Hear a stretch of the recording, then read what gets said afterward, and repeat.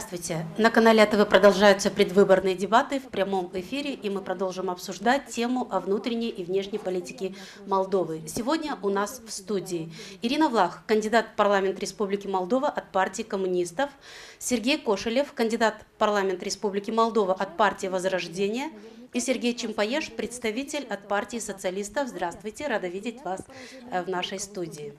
В начале передачи ее участники представят основные тезисы по теме дебатов, ну а затем перейдем непосредственно к дискуссии. Каждому участнику для выступления отведено 15 минут в течение всей передачи, плюс 5-10 минут для ведущего. Кандидаты используют это время по своему усмотрению. Во второй части участникам будет предоставлена возможность дебатировать с оппонентами, и в третьей части дебатов участники ответят на вопросы избирателей. Всем им будет предоставлено право на реплику, а в конце программы кандидаты смогут еще раз обратиться к своим избирателям, чтобы убедить их голосовать за свою партию. Ну а сейчас я передаю слово кандидатам. Пожалуйста, кто будет первый? Начнем с Ирины Федоровны. Ну давайте, Ирина Федоровна, ваши тезисы Я поняла, вашей что партии. в этой студии находятся настоящие джентльмены. И в политике женщины вперед. Добрый вечер, уважаемые телезрители.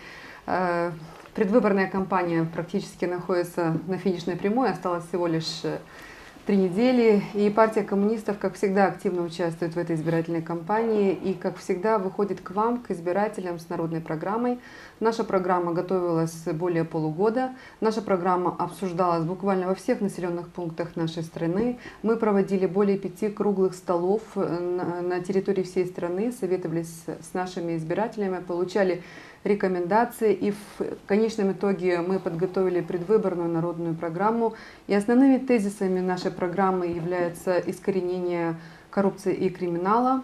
Второй тезис – это социальная политика, то есть увеличение заработных плат, увеличение пенсий, стипендий, предоставление социальных гарантий для социально уязвимых слоев населения, модернизация экономики, нормальные равные условия для всех представителей нашего политического общества и также проведение референдума на территории всей страны для определения внешнего курса. Спасибо, время вышло.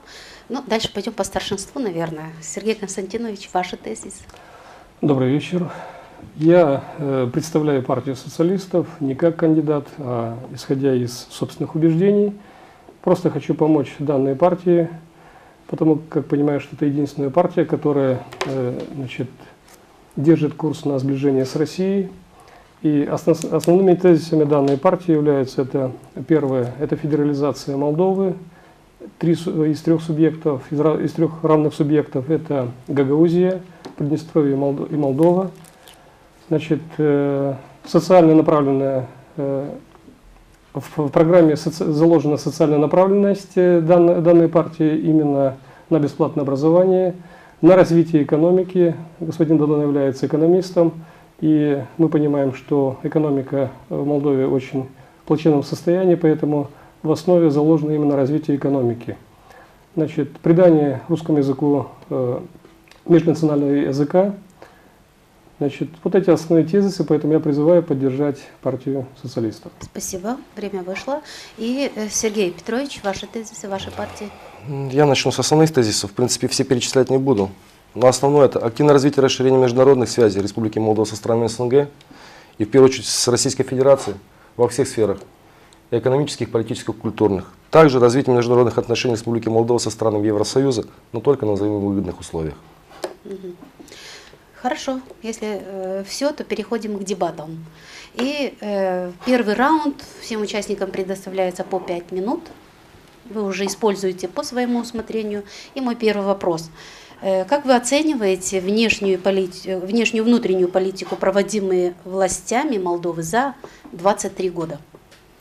Ну, наверное, давайте с вас, Сергей Константинович, начнем, потом депутатам дадим слово. Я хочу сказать, что я говорил об этом неоднократно. Нам не повезло с правителями за последние 23 года в новейшей истории, потому что из года в год Молдова катится в пропасть.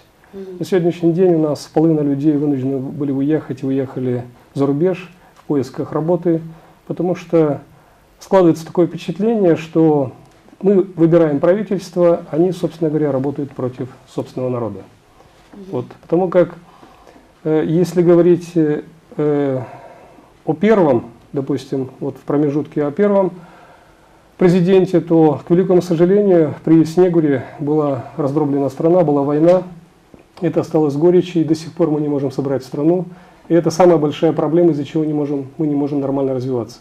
Второе, когда при Лучинском он начал, значит, путь в евроинтеграции, значит, начал сближаться, значит, с НАТО, и, собственно, ничего хорошего нам не дал. Это касаясь именно Гагаузии, при Лучинском изменили кодекс о выборах в 1998 году. До этого Гагаузия, как, собственно, другие районы, представители были представлены в парламенте. Это был более справедливый парламент, потому что люди выбирали своих представителей и могли решать какие-то проблемы. После 1998 году, когда кодекс изменили, практически партии присвоили всю власть себе. И из года в год мы видим, что она все хуже и хуже. То есть присвоили себе государственные институты власти, судейскую систему, прокуратуру, полицию. И если все время говорят о демократии, практически зажали всех людей. О людях не думают, и экономика терпит крах абсолютно. То есть сказать, что в какие-то времена было хорошо, очень сложно сказать. Потом, когда пришли коммунисты в 2001 году, значит, ну, я сейчас никоим образом не Кирилл Федорович, я в принципе говорю правду, которую я знаю. Мы поддержали партию коммунистов, и я, собственно, голосовал в 2001 году за них. Гагаузия дала 90%. Первым делом они приняли закон о законодательных актах, заблокировали наш закон об особом статусе Гагаузии. Потом свергли нашего всеми избранного Башкана Крайтора. Впоследствии, значит, лишили нас права, значит, исключили трибунал Гагаузии, мы остались без Конституционного суда Гагаузии. Дальше, в 2003 году, все помните план Козака, значит, когда была идеальная возможность собрать страну, то есть именно подписать план Козака, это была федерализация из 3 субъектов, о чем я говорил. Значит, Воронин в последний момент отказался его подписать, и после этого пошли последствия. Мы знаем, пошли эмбарго на вина, на сельхозпродукцию, цена стала повышаться на газ, и жизнь стала ухудшаться и ухудшаться. Дальше они приняли, значит, вот эту службу госканцелярию, которая работает против властей Гагаузии. Ну, собственно говоря, дальше, собственно говоря, и та же евроинтеграция, она двигалась ими и сближалась с НАТО. И к чему пришли? Ни к чему хорошему не пришли.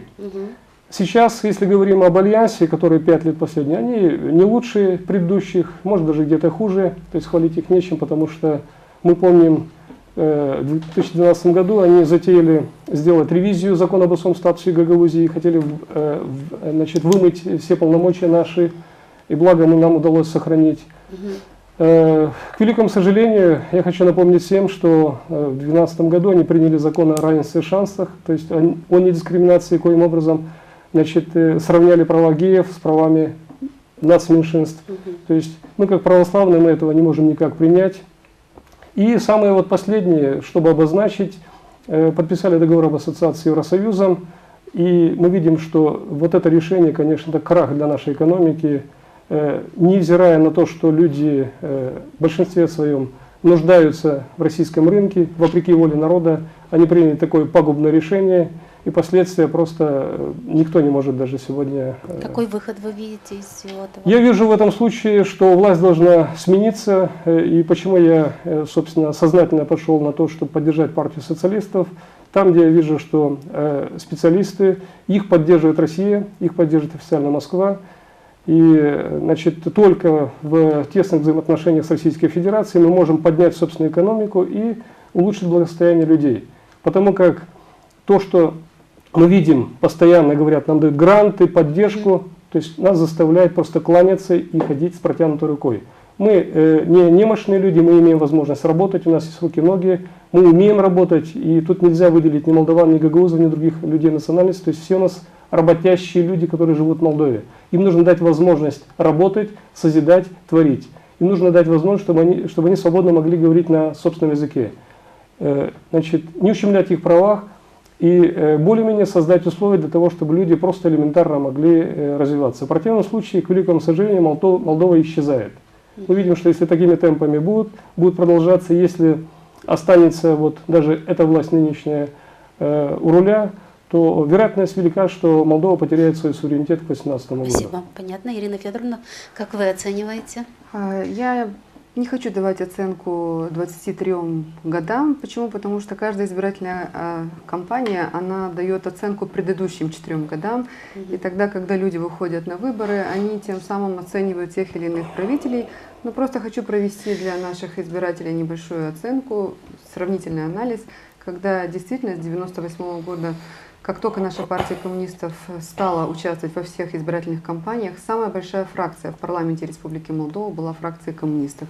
И даже в 2010 году больше, чем у партии коммунистов было мандатов, не было ни у одной партии. Это говорит о том, что курс, который проводила партия коммунистов, он был правильный, он был верный. Это говорит о том, что партия коммунистов на протяжении всего этого периода времени пользовалась очень серьезной поддержкой избирателей нашей страны, за что мы действительно им благодарны. Это говорит о том, что те программные обязательства, с которыми мы выходили, они были правильными и они в своем большинстве исполнялись. И в этом случае я бы хотела сказать о тех партиях, которые находились 4 года во власти, которые проводили свой курс, проводили внутреннюю политику и внешнюю политику. И отдельно бы хотела остановиться на внутренней политике, потому что так или иначе любая партия, которая приходит во власть, она приходит с определенными обещаниями, и она обещает их выполнить. Так вот, партии Альянса 4 года назад предлагали нам, чтобы все наши бюджетники к концу 2014 года получали зарплаты 500 евро, получали пенсии 300 евро. Партии Альянса предложили нам, чтобы к 2014 году обещали нам, что будет открыто более 100 тысяч рабочих мест, обещали, что каждый молодой предприниматель, который будет в возрасте до 30 лет, будет получать 100 тысяч лей грантов для открытия своего бизнеса, обещали, что ни в коем случае цены на полюс медицинского страхования не повысятся. И тогда, когда партия коммунистов была во власти, полюс медицинского страхования стоил 2900 лей, 2600 лей. Сегодня полюс медицинского страхования стоит 4200 лей. Увеличились цены на свет, увеличились цены на газ на 30, на 40%, увеличились цены на тепловую энергию на 50%, сократилось количество групп в высших учебных заведениях с русским языком обучения. За эти 4 года закрыли 257 школ, в 157 селах закрыты детские сады, в 34 населенных пунктах только за этот год закрыты медицинские центры. За последние 2 года из страны уехало 1 200 000 человек.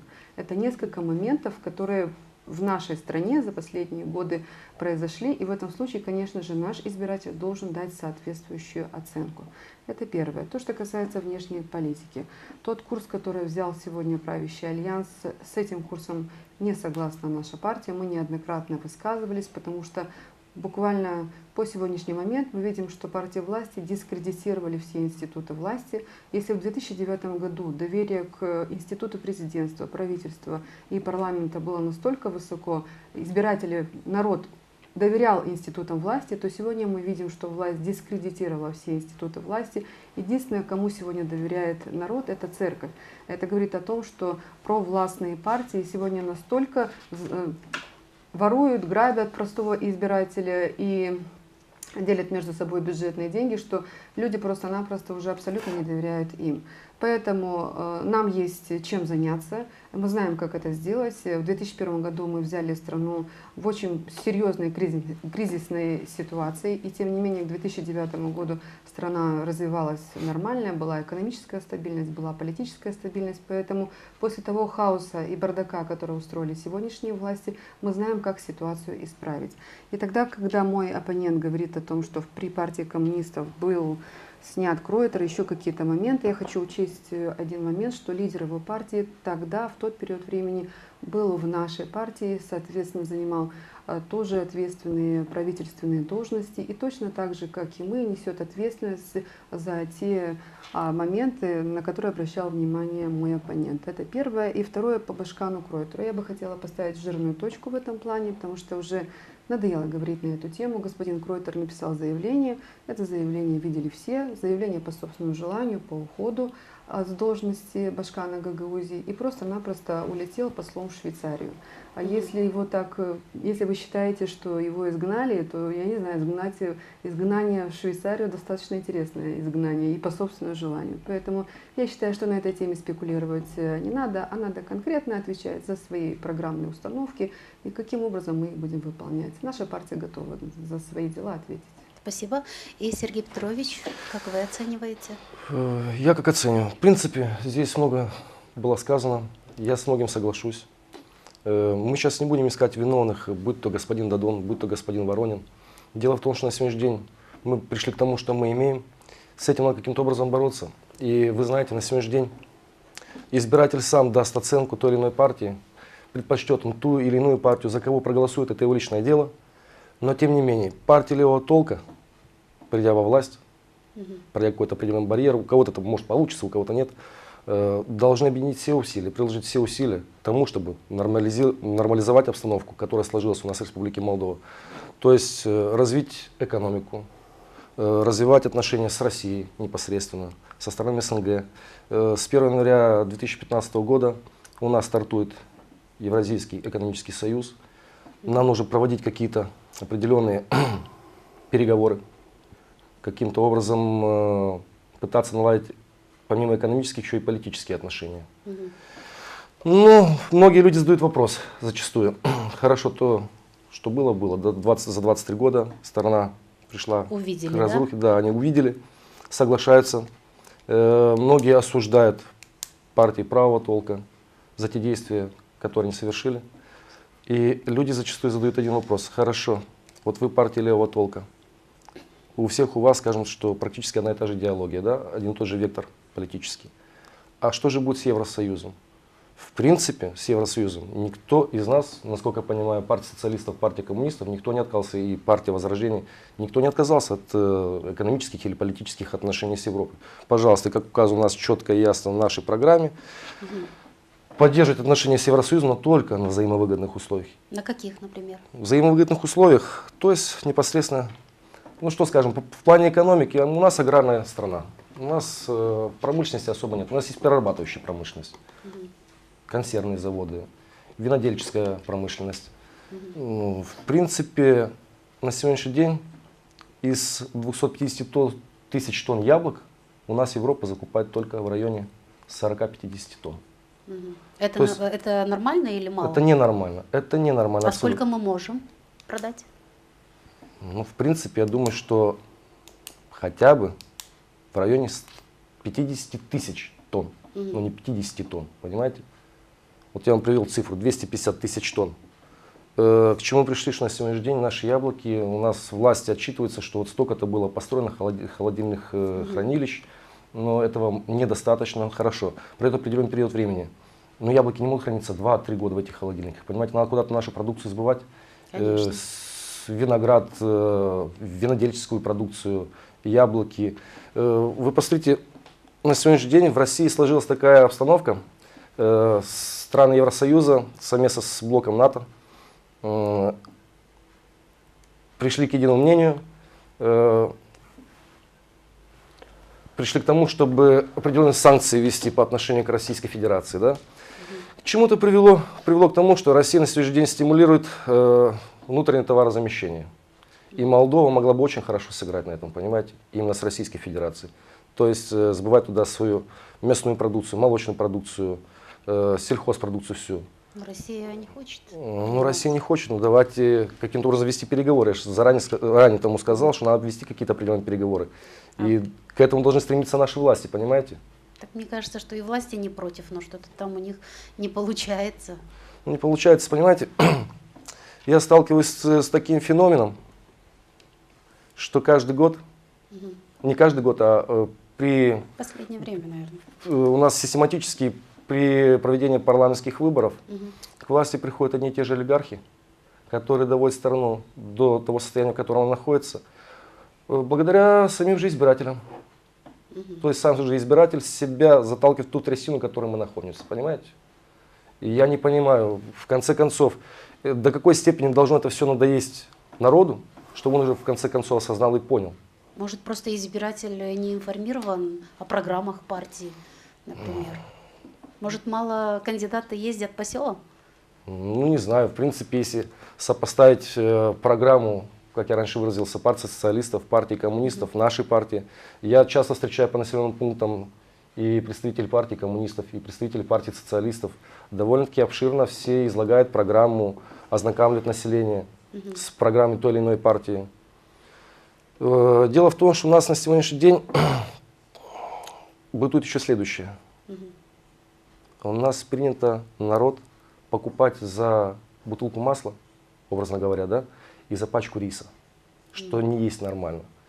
Сегодня ты получил эту пачку риса, получил бутылку масла, но пройдет время, масло, рис закончится. Чем люди будут жить дальше? Концертами, которые проводятся здесь. Ну хорошо, он сходил раз на концерт. Получается, мы приходим к чему? Хлеба и зрелищ. Надо в корне ломать ту систему, которая сложилась. И непосредственно с совместным усилием. Я не знаю, господин Мишин долго вел переговоры с партией социалистов, с Коммунистической партией Республики Молдова.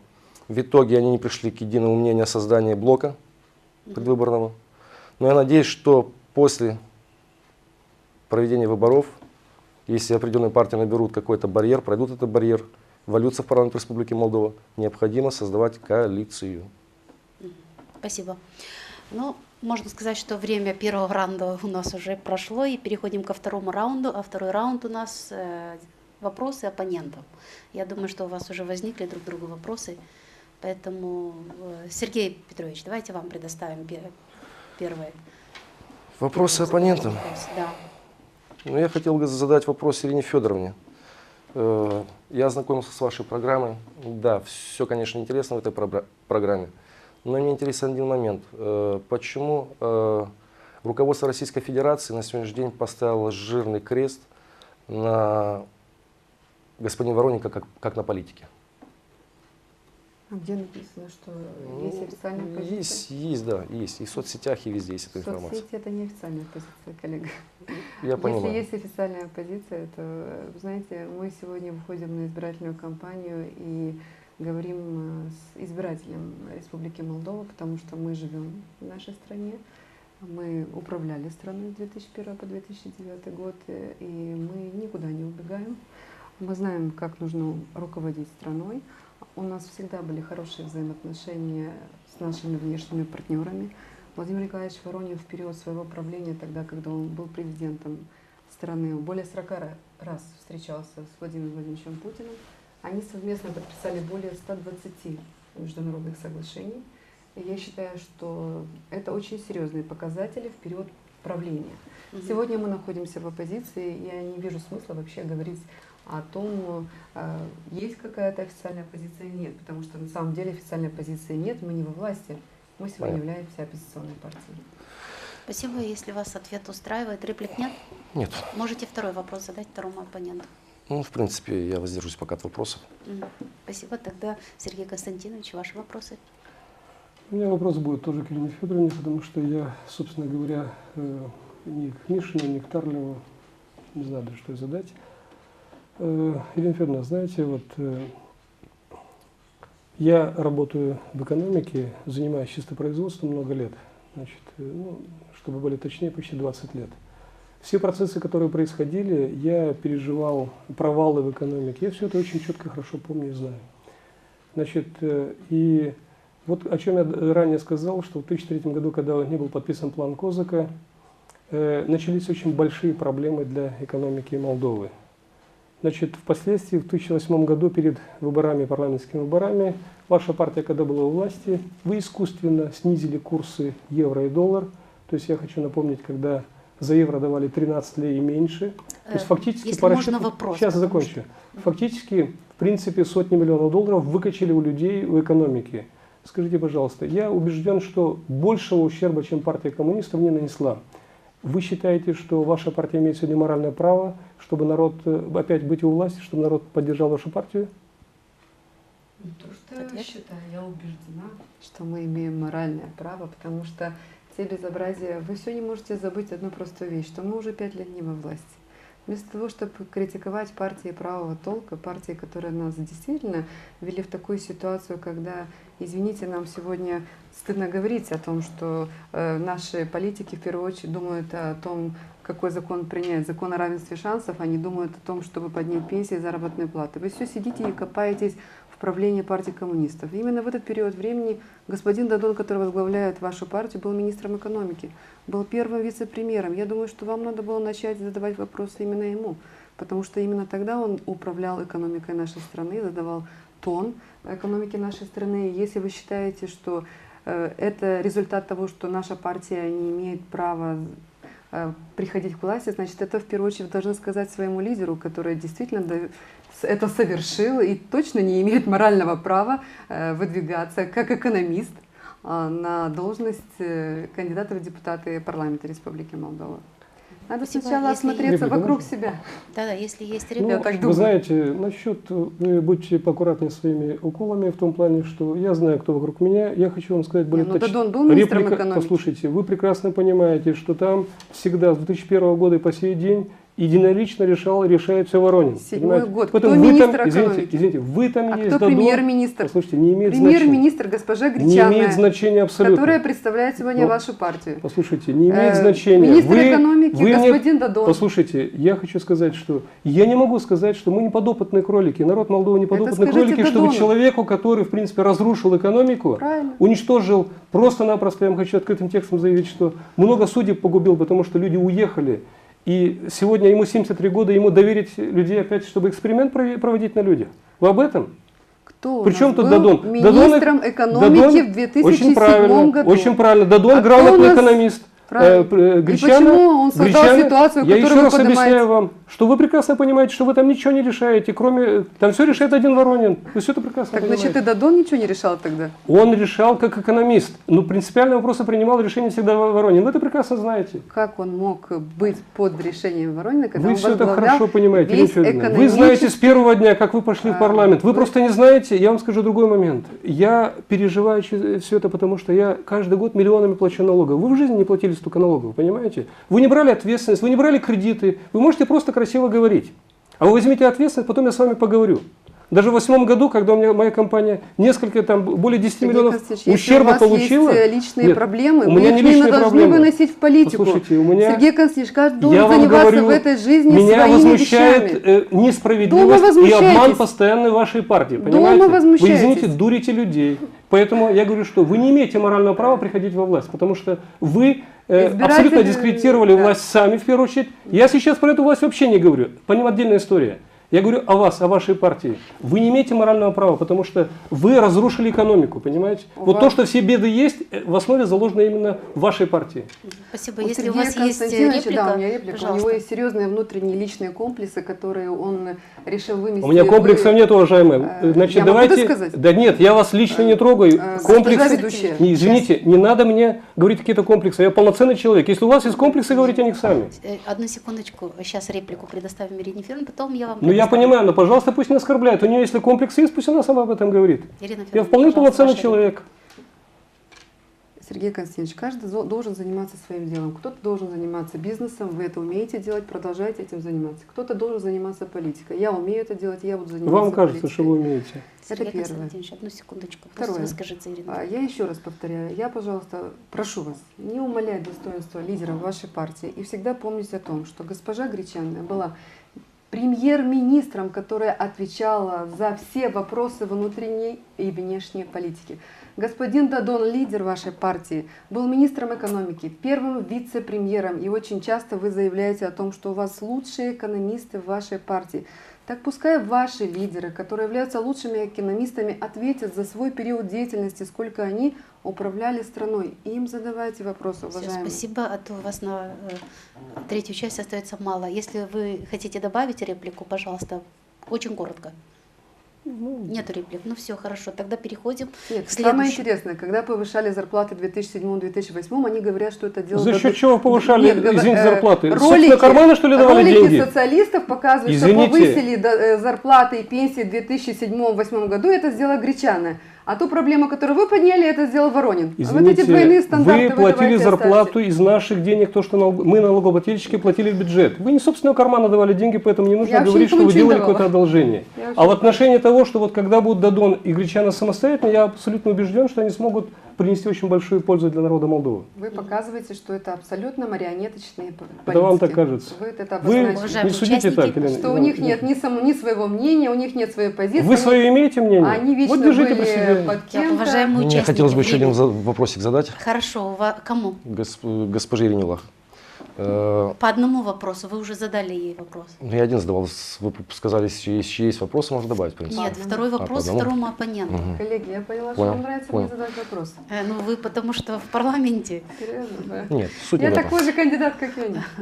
Я не Э, кандидат. нет. Давайте А сейчас может быть, я пред- задам кому-то вопросы? Или А, мне- да, ваше- Значит, мне разрешается задать вопросы, а я Пожалуйста, вот не мы не имею против, права. Это мы не мое против. упущение, прошу задавать прощения, вопросы. сейчас Мы не вы против. задаете вопросы. Я хотела задать вопрос господину Чемпаешу. Я хотела поинтересоваться.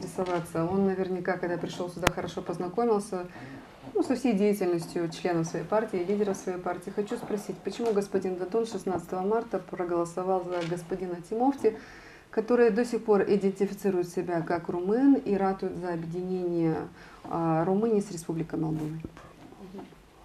Ну, я об этом сегодня на радио говорил, я сегодня повторюсь. Значит, дело в том, что Дадон уже извинился перед народом Молдовы за то, что поверил он Тимофти, который, по его словам, его обманул. Второй момент, у нас президент практически не имеет никаких полномочий, кроме как кого поздравлять и приглашать. То есть, по сути, власти у него нет. Поэтому на тот момент, когда, о чем вы говорите, значит, если бы не был бы избран президент, неважно, Тимофти или фамилия другая, то есть не имеет никакого значения. Был бы хаос, был бы распуск парламента, были бы потрачены наши деньги налогоплательщиков, и альянс, который находится сегодня в власти, они бы взяли бы больше голосов. Поэтому из этого не нужно делать трагедию. Значит, видимо, на тот момент нужно было поступить таким образом.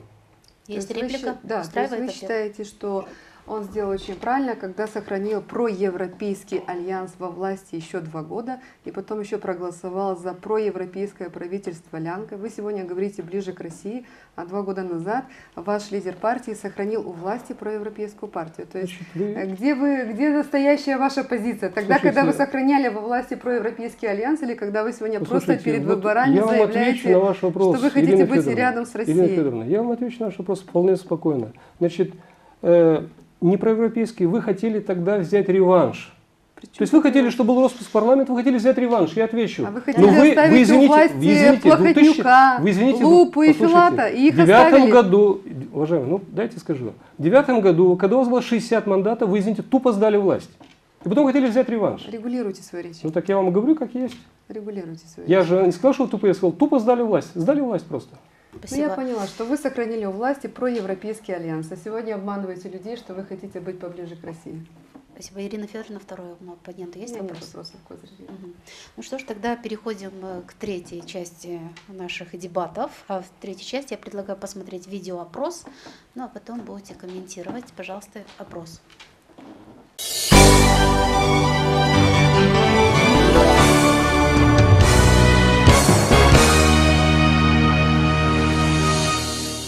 Выбрать достойных кандидатов. Не будем говорить сейчас за политические принадлежности. Просто хочется всем пожелать одного, чтобы те наши государственные мужи, деятели, которые пройдут в парламент, больше думали, конечно, о народе, о том, чтобы вернуть наше население в республику, дать побольше рабочих мест.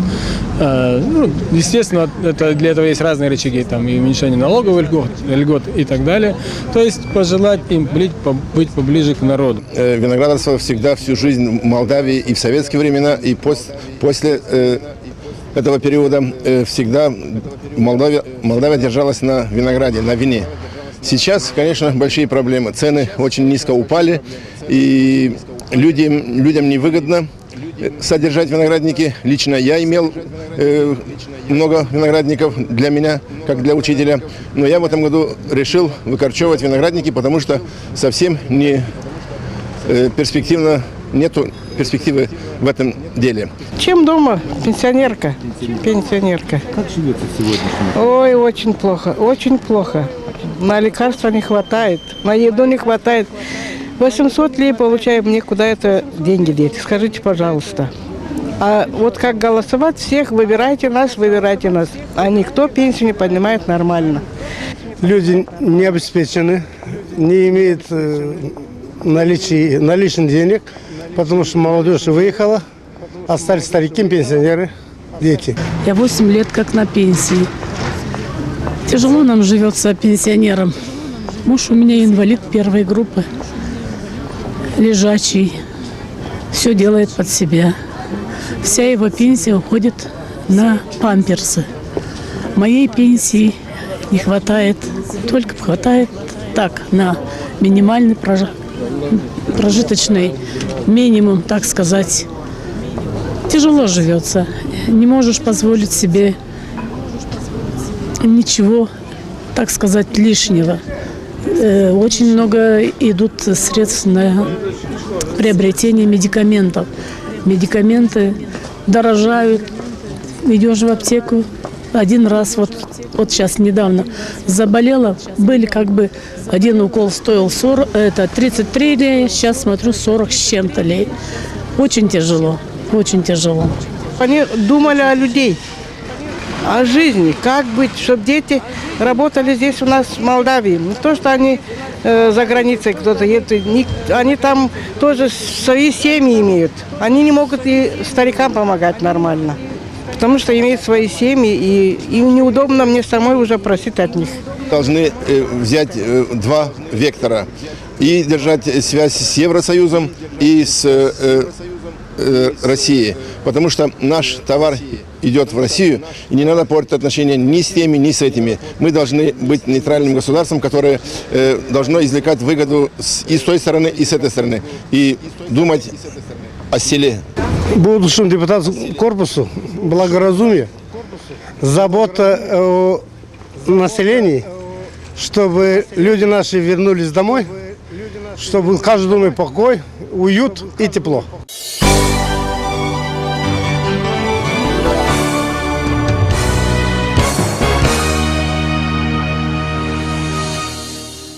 Такое мнение наших людей. Как вы прокомментируете? Давайте, Сергей Петрович, давайте с вас ваши комментарии. Ну, вы знаете, соглашусь с высказанной фразой о том, что Молдова должна придерживаться нейтралитета, скажем так, военного даже нейтралитета. То есть никаких военных блоков ни со стороны Евросоюза, со стороны Альянса Североатлантического, ни со стороны Российской Федерации, ни вообще с чьей-либо другой стороны. Ну, соответственно, приведу пример. На сегодняшний день Швейцария – нейтральное государство.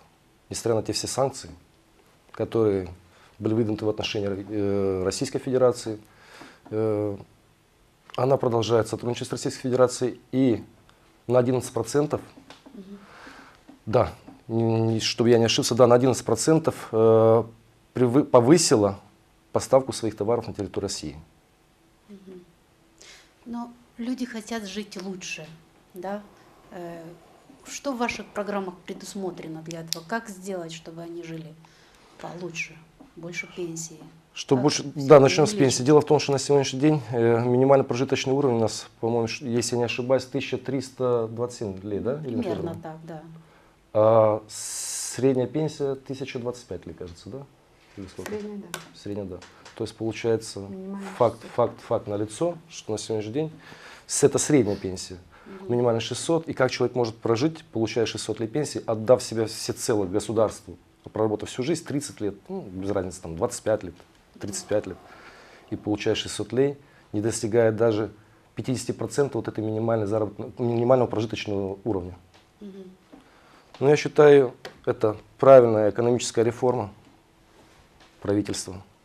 Опять же, еще раз повторюсь. Правильная, но каким образом сделать эту реформу, чтобы была она правильной? Реформу? Во-первых, рационально использовать бюджет Республики Молдова. Это первое.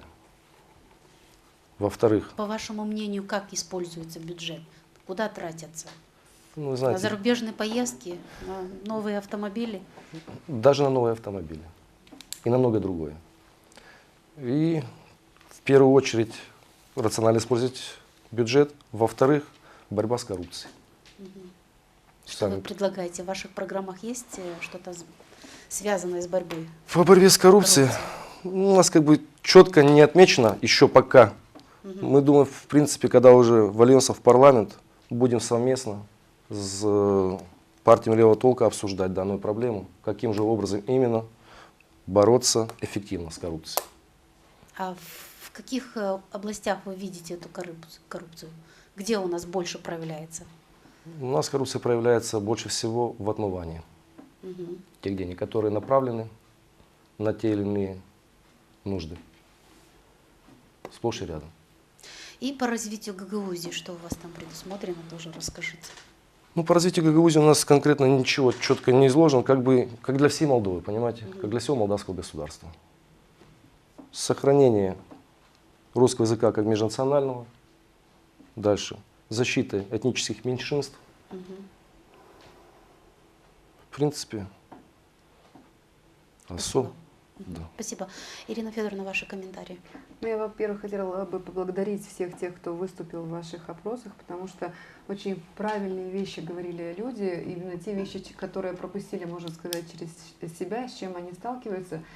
Я хотела отметить, что те, кто выступал на камеру, они как раз говорили о тех программах, которые работали в период партии, в тот период, когда партия коммунистов была во власти. Я хочу сказать, что в наш период времени очень большое внимание уделялось сельскому хозяйству и очень серьезная поддержка оказывалась всем тем сельхозникам, которые сажали виноградник молодой, всем тем сельхозникам, которые сажали молодые сады, всем тем сельхозникам, которые приняли решение выкорчить старые виноградники. На это тоже государство вливало очень серьезные деньги, серьезную поддержку.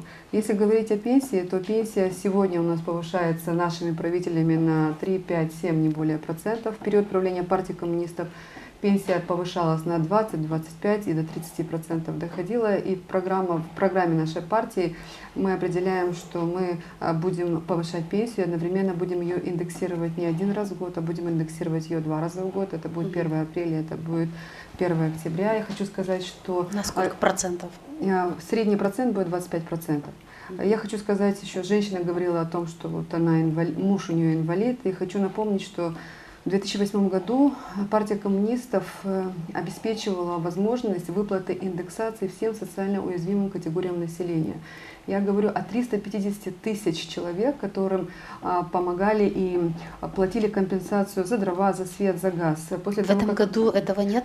После того, как партия коммунистов ушла из власти, демократическая партия, возглавляя Министерство социальной защиты, отменила эти компенсации всем тем людям, у которых есть холодильник, телевизор, велосипед.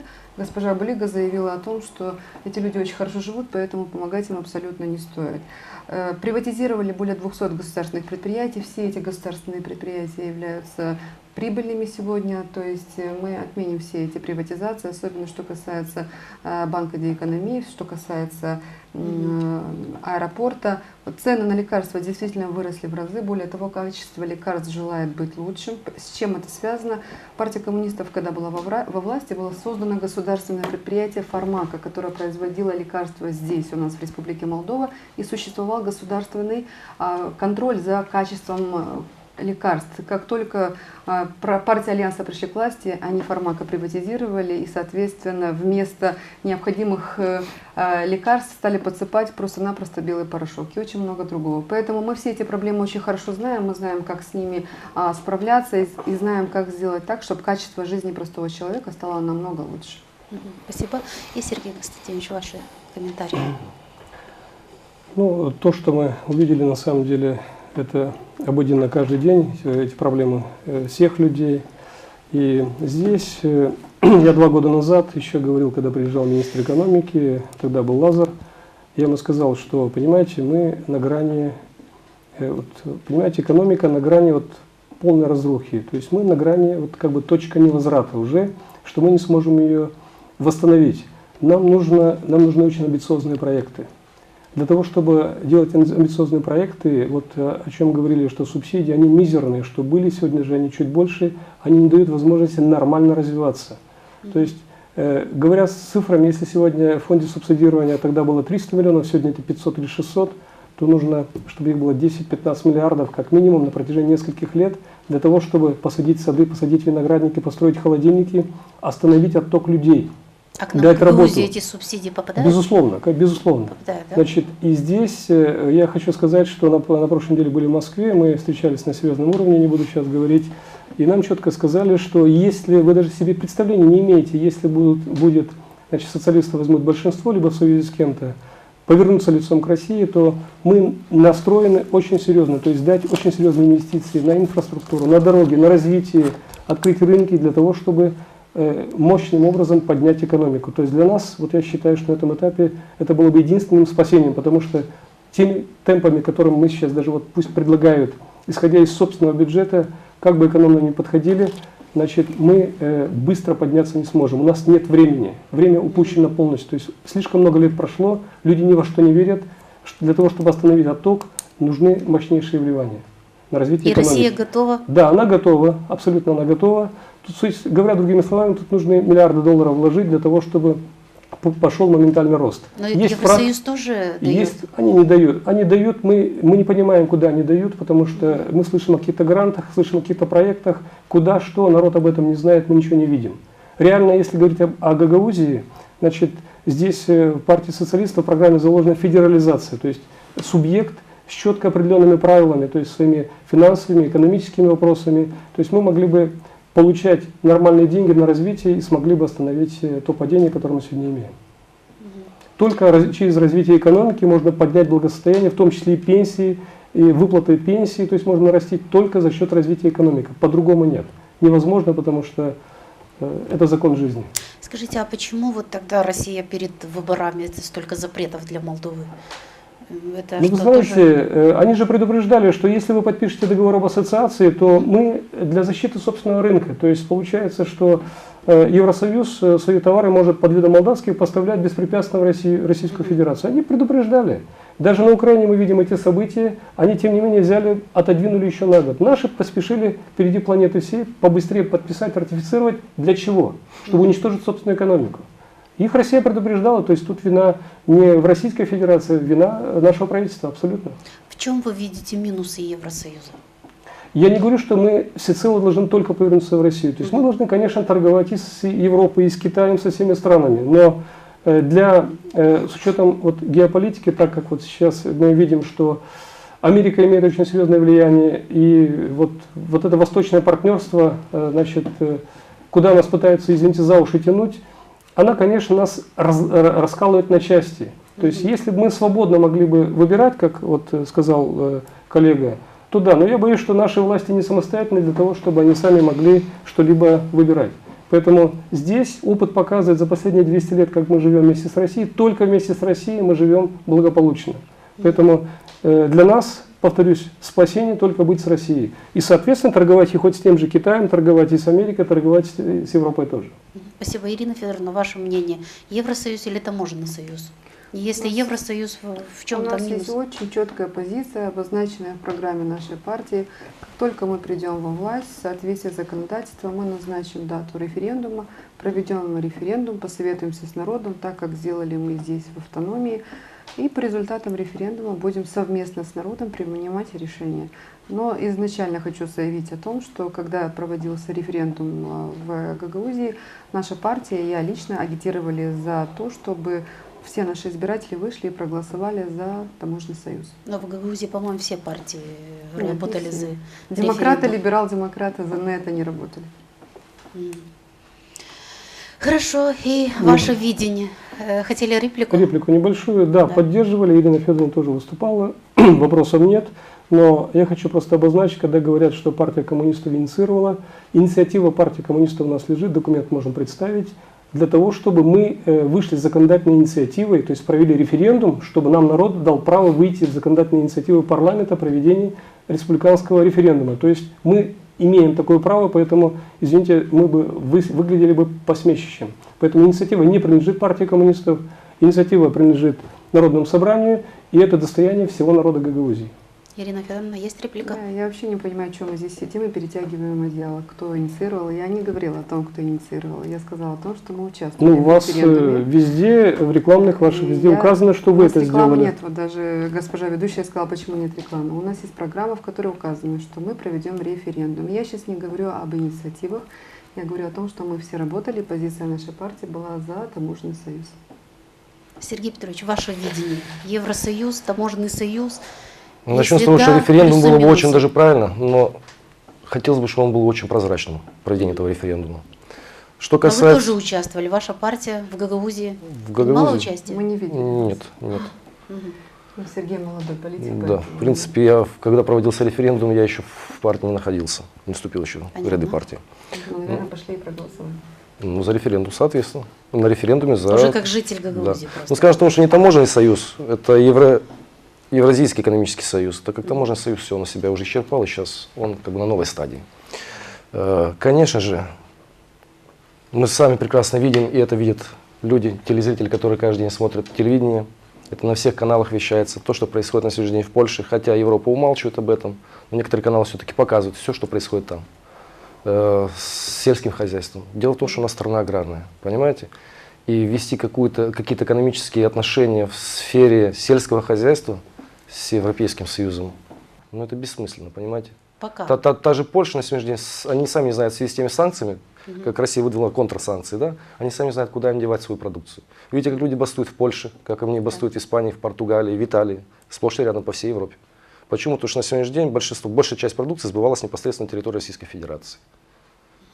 Почему Россия на сегодняшний день согласна даже вложить большие деньги, большие средства в связи с тем, чтобы провести товарозамещение? Но что касается животноводства, это очень длительный срок, по их мнению, там 5-7 лет, чтобы нарастить эту промышленность. И, конечно, Которую мы потеряли, да? да. Ну, конечно, наша партия за отношения, большую часть за отношения с Российской Федерацией экономические. Ну, также, я ранее сказал, с Европой также поддерживать, но только на взаимовыгодных условиях. Минусы какие вы видите в отношениях с Евросоюзом? Минусы. Вы имеете в виду Ну, при кроме вступлении этих Молдовы в Кроме этих Евросоюз? квот, да. При вступлении в Молдову в Евросоюз, первый минус – это в первую же очередь мы теряем статус самостоятельного государства, понимаете? Почему? Ну, напрямую мы будем зависеть уже от того, что будет диктовать нам Европа. Ну, мы всегда будем Например, зависеть, например, наверное. пожалуйста, Греция, Болгария. Жили себе нормально люди.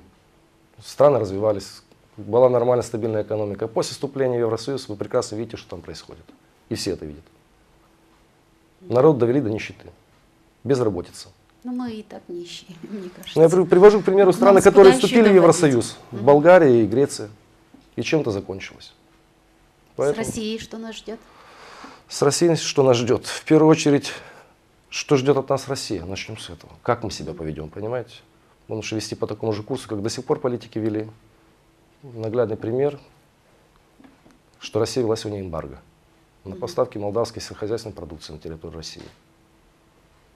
И также еще хочу добавить, что при вступлении Молдовы в Евросоюз, вы сами прекрасно понимаете, какие проблемы-то возникают со стандартизацией сельскохозяйственной продукции. Почему мы не умеем работать по Нет. стандартам? Четко и ясно указано, допустим, те же самые помидоры, диаметр такой-то должен быть, яблоко должен быть такого-то диаметра, понимаете? Это плюс или минус? Я считаю, что это минус. До сих пор Российская Федерация у нас неплохо покупала нашу продукцию, несмотря на размер этой продукции. Самое главное, что она была чистая экологическая продукция, понимаете? Хорошего качества. А какого она размера? Каких она габаритов? Это уже значения особого не имело. И в каких упаковках, да? Да, и в каких упаковках. И даже, скажем, молдавские вина, сегодня такой, знаете, какой-то выдуманный миф о том, что французские вина намного выше качества, чем молдавские вина. Я, наоборот, другого мнения, что молдавские вина намного превосходят все вина. Французские, испанские и португальские. Сергей Константинович, вы согласны? Я могу лишь добавить, да, я согласен с коллегой, я хочу добавить, что я просто в этой сфере понимаю, Коротко. о чем говорим, да. Очень коротко. Значит, период сертификации товаров, чтобы поставлять на Европу, минимум занимает 8-10 месяцев, поэтому их требования просто жесточайшие для нас, невозможные, и в перспективе ближайшие 5-6 лет это невозможно сделать. Абсолютно. Ирина Федоровна, вы согласны с этим? Мы изначально говорили, что то соглашение, которое подписал правящий альянс, оно является кабальным, и оно очень серьезно ударяет по интересам нашей страны. В первую очередь, это соглашение нас подвязывает очень серьезно политически. То есть мы сегодня можем говорить, что после подписания этого соглашения наша Республика Молдова уже не может быть независимой, самостоятельной, и мы все вместе с вами уже находимся под внешним управлением. Сегодня ни президент, ни парламент, ни правительство управляют страной, а управляет кучка еврокомиссаров, управляет таким образом, каким она считает нужным. Это если говорим о политической составляющей. Если мы говорим о экономической составляющей, то мои коллеги тоже об этом сказали. Они сказали о том, что действительно условия достаточно кабальные. И тот факт, что это соглашение воспрепятствует нашим нормальным отношениям с восточным рынком, говорит очень серьезно о том, что это ударит по нашим экономическим показателям, ударит по нашим экономическим агентам, ударит серьезно по нашим сельхозпроизводителям. И с сентября месяца практически мы это чувствуем. Спасибо. Плюс те реформы, которые предлагают они. Реформы просто-напросто уничтожающие наше молдавское общество. Спасибо. Сергей Петрович, есть что добавить? И переходим к обращениям. Ну, я добавлю, как бы солидарен с некоторыми словами госпожи Влах о том, что мы потеряли свой суверенитет давным-давно, бегая как попрошайки с протянутой рукой в Евросоюз. И каким образом будем возвращать эти деньги? Даже представления не имею. Внуки и правнуки. Внуки и правнуки будут возвращать. Спасибо, уважаемые участники. Дебаты наши завершены. А сейчас я вам предлагаю, имеете право обратиться к избирателям и сделать свое заключительное слово, ваше обращение. Сергей Петрович, давайте с вас начнем. У вас больше всех, по-моему, минут. Не знаю, в принципе, сколько там минут, не Минута засекал. 44. Хотелось бы, чтобы народ не повторял тех же ошибок, которые до сих пор повторялись. Я уже ранее сказал о том, что у нас феноменально как-то происходит все, что постоянно при выборе депутатов парламента Республики Молдова выбирают своими же руками олигархов, приводят их к власти, которые доводят народ до нищеты. Поэтому хотелось бы обратиться ко всем жителям, ко всем избирателям. Вы вправе выбрать ту или иную партию по своим убеждениям, по своим усмотрениям, но тем не менее не повторять тех ошибок. И поэтому 30 ноября проголосуйте за нашу партию, партия Возрождения.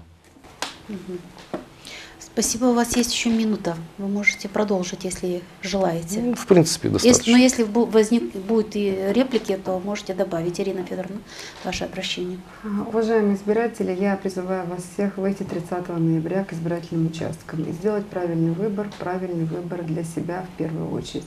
Необходимо проголосовать за партию государственников, за ту партию, которая действительно справлялась с кризисами очень много раз, за ту партию, которая неоднократно выводила нашу страну на передовую, за ту партию, которая навела в стране порядок, за ту партию, которая действительно не допустила крови в стране после 7 апреля. Я предлагаю вам проголосовать за партию коммунистов Республики Молдова, которая находится в избирательном бюллетене под номером 13, за серп и молот и за открытую книгу.